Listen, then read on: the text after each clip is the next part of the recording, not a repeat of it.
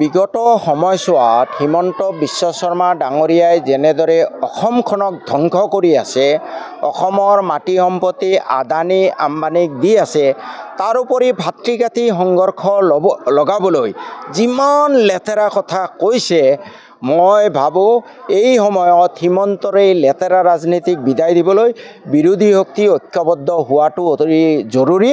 আৰু মুখ্যমন্ত্ৰী হিমন্ত বিশ্ব শৰ্মায়ো আমাৰ যিসকল হিটলাৰ মুছলনি তেওঁলোকৰ পৰিণতিটো অলপ অধ্যয়ন কৰিলে ভাল, কিন্তু তেওঁ এতিয়া পাগল হৈ গৈছে পাৱাৰৰ কাৰণে। কিন্তু হিমন্ত বিশ্ব শৰ্মা মহাশয়, যিজনে নিজকে ৰজা বুলি ভাবে, আপোনাক মই এটা সোঁৱৰাই দিব খুজিছোঁ যে এই দুখীয়া মানুহৰ চকু পানী কেতিয়াও অথলে নাযায়। আপুনি কৈছিলে পাপ কৰিলে কেঞ্চাৰত ভোগে, মই ভগৱানক খাটিম আপোনাৰ যাতে কেঞ্চাৰ নহয়। এই দৰিদ্ৰ মানুহৰ চকু পানীয়ে যাতে আপোনাক ৰৌ নৰকত ভোগাবলৈ বাধ্য নকৰে, তাৰ কাৰণে মই ভগৱানৰ ওচৰত প্ৰাৰ্থনা কৰিম। অকল আপুনি মানুহক অত্যাচাৰ কৰাই নহয়, জাতি জনগোষ্ঠীৰ নামত কাজিয়া লগোৱাই নহয়, আপুনি গোটেই অসমৰ মাটি বিক্ৰী কৰি আছে।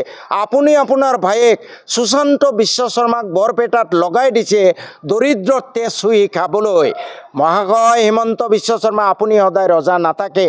আৰু SP সাহেবক কৈছোঁ, सुन लो SP साहब, सुशांत विश्व शर्मा, कान खोल के सुन लो, एक दिन अपना टाइम आएगा, तब तुम्हारा ना नौकरी रहेगा, तुम जेल का पीछे में, जेल का चारों दीवार का पीछे में तुम ये आट्टा पीसते रहोगे, ये तुम मत बोलो।